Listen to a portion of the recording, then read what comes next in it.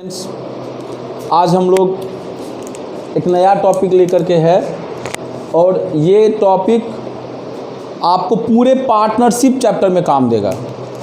और ये टॉपिक का नाम क्या है? Accounting treatment of accumulated profit and loss and reserve या फंड। देखिए ये क्या है वो समझिए। कोई भी पार्टनरशिप का चैप्टर हम लोग पढ़ रहे हो, change in profit sharing ratio पढ़ रहे हो, चाहे एडमिशन पढ़ रहे हो, चाहे रिटायरमेंट पढ़ रहे हो, चाहे डेथ पढ़ रहे हो, हमको सब के सब चैप्टर में ये ऐसे ही काम करेगा जैसे अभी पढ़ाएंगे, कोई नया अंतर नहीं आएगा। क्या है वो समझिए। देखिए जब जब पार्टनरशिप फर्म का रिकंस्टिट्यूशन होता है तो हम लोग इंटरनल लायबिलिटी है, ये सब पीएल, रिजर्व, फंड, कैपिटल तो मालिक का ही पैसा है, पीएल, एडवर्टाइजमेंट, सस्पेंस, एसेट्स में ये सारे चीज़ को हम लोग क्या कर लेते हैं, बांट के ख़त्म कर लेते हैं। तो बोलता है कि अगर ये सारा इंटरनल लायबिलिटी है और ये मेरा, तो इसको क्या करेंगे? तो बोलता है कि जब रिकंस्टिट्यूशन कर रहे हैं तो इस सारे को पार्टनर में बांट करके ख़त्म कर दिया जाता है। तो बोलता है कि बांटेंगे कैसे? तो बोलता है कि बांटने का कुछ तरीका है। क्या तरीका है उसी को सीखना है। हम लोग पढ़े हुए हैं कि कोई भी लायबिलिटी का कौन सा बैलेंस होता है? लायबिलिटी का क्रेडिट बैलेंस होता है। लायबिलिटी का और एसेट्स का कौन सा बैलेंस होता है? एसेट्स का डेबिट बैलेंस होता है। तो जितना भी लायबिलिटी है उसका क्रेडिट बैलेंस, जितना भी एसेट्स है उसका डेबिट बैलेंस। तो लायबिलिटी को हम लोग क्या करेंगे, क्रेडिट बैलेंस है बांट करके ख़त्म कर लेंगे, एसेट्स है डेबिट बैलेंस है बांट के ख़त्म कर लेंगे। क्वेश्चन में कुछ नहीं दिया हुआ है तो बांटना ही पड़ता है हम लोगों को। तो बांटने का काम कैसे होगा? हम लोग पहले बांटते हैं लायबिलिटी साइड वाले आइटम को। खुद बताइए, कोई चीज़ लायबिलिटी में दिया हुआ है और उसको अगर बांटना है तो क्या करेंगे हम लोग? तो बोलता है कि अगर वो लायबिलिटी साइड में है तो क्रेडिट हुआ, और क्रेडिट को ख़त्म करना है तो क्या करना पड़ेगा? डेबिट। तो हम लोग एंट्री पास क्या करेंगे? Profit and loss account debit, reserve account debit, fund account debit. क्योंकि क्रेडिट बैलेंस है तो ख़त्म करने के लिए हम लोग इसको डेबिट कर लेंगे। सर यहाँ फंड में एक्सक्लूडिंग ईपीएफ क्या है? याद रखिएगा, पीएफ का मतलब होता है प्रोविडेंट फंड और ई मतलब हो गया एम्प्लॉई।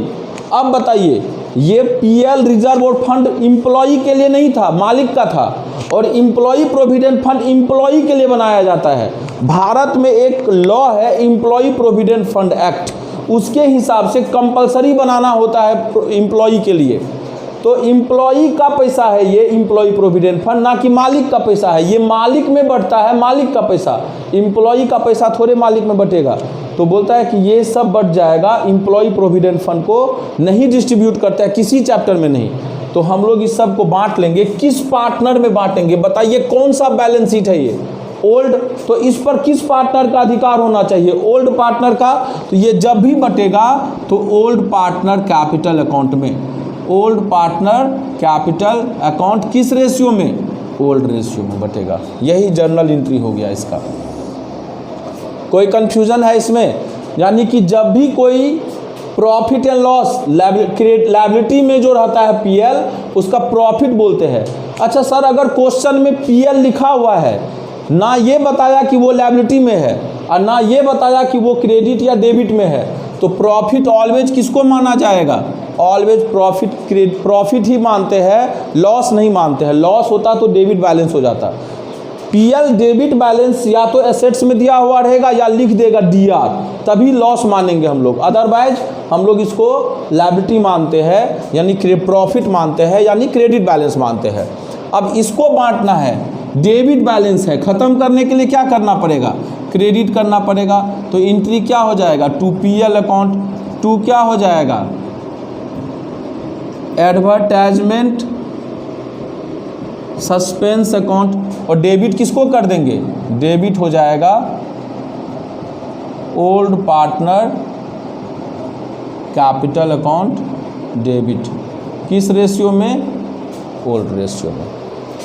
तो इस तरीके से हम लोगों का ये कोर्स चैप्टर का ये कहानी यहाँ तक ख़त्म हो गया।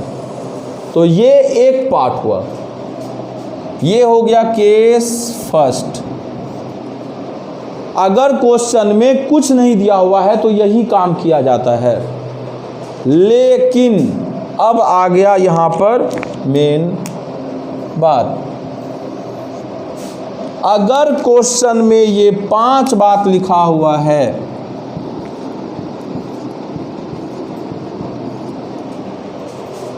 अगर क्वेश्चन में 5 बात लिखा हुआ है तो हम लोग ये काम नहीं करते हैं। और वो 5 बात क्या क्या है? पहला बात लिखा हुआ है पास सिंगल एंट्री। दूसरा बात क्या लिखा हुआ है? Pass adjustment entry. तीसरा बात क्या लिखा हुआ है? Do not distributed. चौथा बात क्या लिखा हुआ है? Do not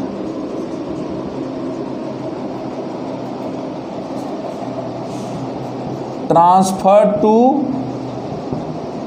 capital account. पांचवा बात क्या लिखा हुआ रहेगा? गोज टू या shown in new balance sheet. मतलब क्वेश्चन में इसी से रिलेटेड और कोई भी वर्ड हो सकता है। जनरली हम देखते हैं कि यही वर्ड देता है, ठीक है ना। मतलब कि अगर क्वेश्चन में पीएल और reserve fund, PL advertisement suspense के बारे में कुछ नहीं बताए तो ये काम करके मामला को ख़त्म कर देते हैं। लेकिन अगर क्वेश्चन में ये दे दिया और इसमें से कोई लाइन हमको नज़र आ गया क्वेश्चन में, तब इसको बांटने का काम नहीं करते हैं। अब ज़रा सा सोचिए, मान लेते हैं कि ये प्रॉफिट है 1 लाख रुपया का। ए और बी पार्टनर है, ओल्ड रेशियो इसका दिया हुआ है 3:2। तो ए का कितना है? 60,000, बी का कितना है? 40,000। यानी ए का 60,000 है और बी का 40,000 है। जब हम लोग इसको डिस्ट्रीब्यूट कर लेते हैं, ये डोंट डिस्ट्रीब्यूटेड था, डिस्ट्रीब्यूट कर लेते हैं, तो पीएल लेकर के चला गया पार्टनर, पुराना पार्टनर, तो ए का 60, बी का 40 लेके चला गया। लेकिन अगर बोल रहा है कि नहीं, डिस्ट्रीब्यूट नहीं करना है, मतलब इसको बांटना नहीं है पार्टनर में, तो अगर नहीं बांटेंगे तो मेरा पीएल बचा हुआ रहेगा, और बचा हुआ रहेगा तो हम लोग क्या करेंगे, इसको ओल्ड बैलेंस शीट में जो 1 लाख था पीएल, वो अब नया बैलेंस शीट में भी चला जाएगा, इसीलिए लिख दिया shown in new balance sheet. मतलब अगर बांट लेते तो कहानी ख़त्म हो जाता, तब तो टेंशन ही नहीं था, तब तो ये एंट्री पास कर लेते, हो गया।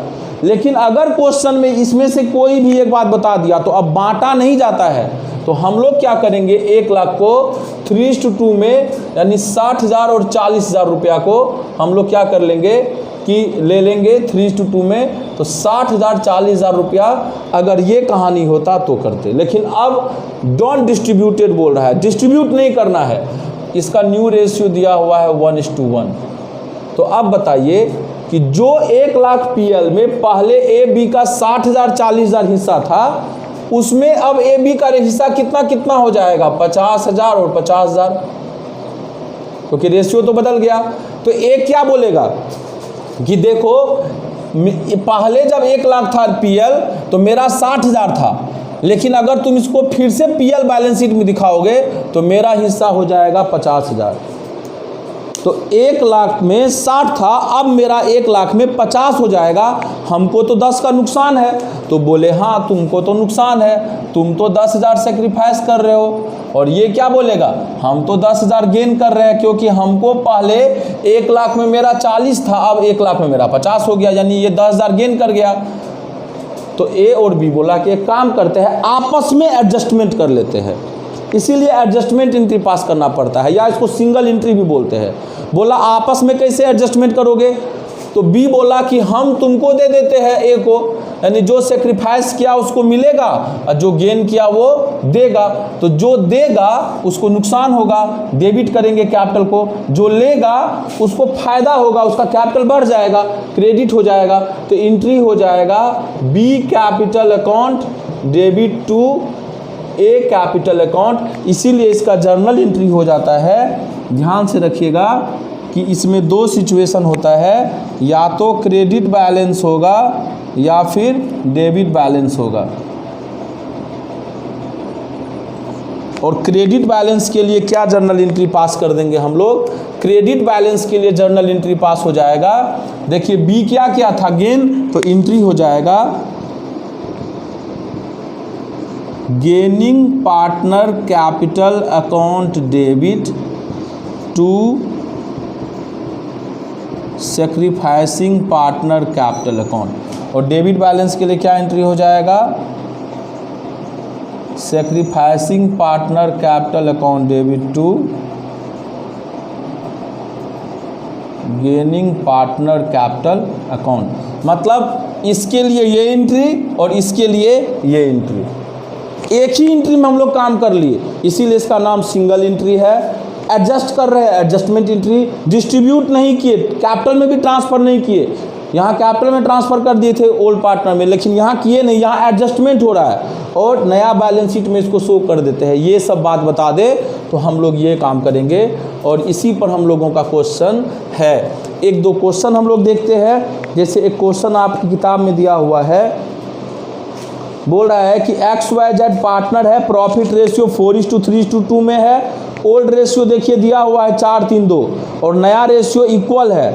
On that their books showed and the following item, PL दिया हुआ है, जनरल रिजर्व दिया हुआ है, वर्कमैन कंपनसेशन रिजर्व दिया हुआ है, एडवर्टाइजमेंट सस्पेंस अकाउंट दिया हुआ है, record the necessary journal entry. इस 5 में से कोई बात नहीं बताया, तो बताइए इसका कौन सा एंट्री पास करेंगे? तो इसमें जो PL क्रेडिट है और general reserve workman compensation, PL credit दिया हुआ है, general reserve workman compensation reserve, ये तीनों का ये एंट्री पास कर देंगे और PL एडवर्टाइजमेंट सस्पेंस का ये वाला एंट्री पास कर देंगे। ओल्ड रेशियो में बढ़ जाएगा, बन जाएगा क्वेश्चन, कोई दिक्कत तो नहीं होगा। उसी तरीके से अगला क्वेश्चन है, बबीता कविता दिनेश पार्टनर है और they decide to share profit 2:3:5 में, ओल्ड रेशियो दिया हुआ है और बैलेंस शीट में बोल रहा है 60,000 का कंटिजेंसी रिजर्व है, यानी ये रिजर्व है। उसके बाद फिर बोल रहा है डेबिट बैलेंस ऑफ PL 1,20,000 दिया हुआ है, ये PL। और फिर दिया हुआ है आपको क्वेश्चन में goodwill of the firm 3,60,000, goodwill का जर्नल एंट्री पता है, gaining partner to sacrificing partner होता है। बोल रहा है जर्नल एंट्री पास करने के लिए, कहीं नहीं बताया इसमें से कोई भी बात। तो कंटिजेंसी रिजर्व का ये एंट्री, PL अकाउंट का डेबिट बैलेंस है ये एंट्री और गुडविल का gaining partner to sacrificing partner journal entry होता है, ये 3 एंट्री पास कर देंगे, ये क्वेश्चन बन जाएगा। सर ऐसा कोई क्वेश्चन बताइए जिस क्वेश्चन में हमको ये वाला बात आ जाए। ठीक है, इस क्वेश्चन को हम लोग लेते हैं। बोल रहा है XYZ पार्टनर है, 1:2 में पार्टनर है। देखिए ओल्ड रेशियो दिया हुआ है 1:2:2 ओल्ड रेशियो और न्यू रेशियो कितना दिया हुआ है? ABC पार्टनर है क्या? हाँ ABC पार्टनर नहीं, XYZ पार्टनर है, XYZ पार्टनर है, XYZ। आगे बोल रहा है कि न्यू रेशियो इक्वल है, न्यू रेशियो 1:1:1, ठीक है ना। आगे बोल रहा है कि on that date profit and loss account showed credit balance 1,20,000, ये वाला 1,20,000 रुपया का दिया हुआ है। ठीक है, फिर बता रहा है क्वेश्चन में partner do not want to distribute profit, do not want to distribute. देखिए ये लाइन लगा दिया क्वेश्चन में, तो अब तो ऊपर वाला काम होगा ही नहीं, अब तो नीचे वाला काम होगा, ये बात बता दिया। बोल रहा है कि रिकॉर्ड प्रॉफिट एंड लॉस जो भी है पास एडजस्टमेंट एंट्री, ये भी बता दिया। एक ही बात काफ़ी था, 2 बात बता दिया। हम लोगों को बोल रहा है you are required to give the adjustment entry. पहला काम करेंगे इसमें गेनिंग सेक्रीफाइसिंग रेशियो का निकालने का। जब इसका गेनिंग सेक्रीफाइसिंग रेशियो निकालिएगा तो ये 2/15 से और ये 1/15 और इसका 1/15, ठीक है ना। इसका 2/15 और इसका 1/15 1/15, ये गेन करेगा और ये सेक्रीफाइस करेगा। तो हम लोग क्या करेंगे, जो गेन, अब ये बताइए पीएल का कौन सा बैलेंस है, पीएल का क्रेडिट बैलेंस है, ये वाला पीएल है। अगर ये पीएल रहता तो ये एंट्री होता, ये पीएल है तो ये एंट्री होगा। सर नीचे वाला क्यों करेंगे, ऊपर वाला क्यों नहीं करेंगे, क्योंकि ये बात बता दिया तो नीचे वाला काम होगा। ये दोनों में से कोई भी बात नहीं बताता तो फिर ये वाला एंट्री पास करके हम लोग कहानी ख़त्म कर लेते, ये वाला। अब देखिए पीएल दिया हुआ 1/20, गेनिंग पार्टनर कौन है, एक्स, तो एंट्री होगा x capital account 2y capital 2z capital. 1,20,000 का 2/15 16,000 से डेबिट हो जाएगा एक्स, और इसका हो जाएगा 8,000, इसका हो जाएगा 8,000, यानी 1,20,000 इंटू 2/15 कर दो, इंटू 1/15 कर दो, इंटू 1/15 कर दो, 1,20,000 का ये कर दिए। अब यही मेरा आंसर आ गया, यही आप लोगों का क्वेश्चन था, इसमें कोई कंफ्यूजन नहीं होना चाहिए, ठीक है ना। अगर इस क्वेश्चन में मान लेते हैं कि रिजर्व भी दिया रहता 30,000 का, तो हम लोग दोनों को जोड़ लेते, 1,20,000 और 30, 1,50,000, और यहाँ 1,50,000 को मल्टीप्लाई कर देते, तब आ जाता। मान लेते कि ये भी दिया हुआ रहता 10,000 का, तो ये दोनों क्रेडिट होता है, दोनों जुड़ जाता है 1,50, और ये डेबिट होता है 10 माइनस हो जाता, तो मेरा नेट बैलेंस कितना आता, 1,20 और 30, 1,50, और उसमें से 10 घट गया, 1,40,000। यहाँ पर हम लोग 1,40,000 ले लेते, उसका 2/15 1/15 1/15 करते बन जाता। ये हम लोगों का accounting treatment of accumulated profit and loss और जनरल रिजर्व का कहानी है। अब आप लोगों का सारा क्वेश्चन इस पर बन जाना चाहिए और कोई क्वेश्चन में प्रॉब्लम नहीं होगा। तो यहाँ पर जाकर के ये टॉपिक ख़त्म हो गया, और यहाँ पर इस चैप्टर का बात कंप्लीट हो गया। अब इस चैप्टर में एक टॉपिक बचा हुआ है और उसका नाम है revaluation of assets and liability, जो कि इस चैप्टर में हम लोग नहीं पढ़ेंगे, हम लोग इसको एडमिशन चैप्टर में पढ़ लेंगे और इस चैप्टर का क्वेश्चन बना लेंगे, ठीक है। तो एडमिशन चैप्टर में हम लोग रिवैल्यूएशन का सारा टॉपिक पढ़ेंगे और वहाँ पर क्वेश्चन को बनाएंगे। Thank you.